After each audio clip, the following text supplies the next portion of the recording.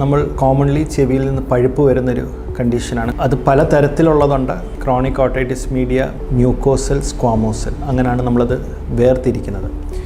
Simple ഭാഷയിൽ പറഞ്ഞു കഴിഞ്ഞാൽ മ്യൂക്കോസൽ ക്രോണിക് ഓട്ടൈറ്റിസ് മീഡിയ എന്ന് വെച്ചാൽ നമ്മുടെ ഇയർ ഡ്രം, ടിംബാനിക് മെംബ്രെയിൻ അല്ലെങ്കിൽ ചെവിയുടെ പാട, അതിനകത്ത് ഒരു പെർഫറേഷൻ കാണും അല്ലെങ്കിൽ ഹോൾ കാണും.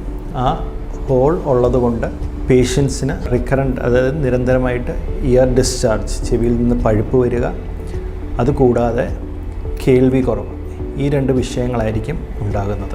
ഈ പറഞ്ഞ പോലെ കേൾവി കുറവുള്ളതും ഒരു ലോങ് സ്റ്റാൻഡിങ് ഹിസ്റ്ററി, അതായത് usually more than 3 months duration of ear discharge ഉള്ളപ്പോഴാണ് നമ്മൾ ഈ ഒരു ഡയഗ്നോസിസിൽ എത്തിപ്പെടുന്നത്.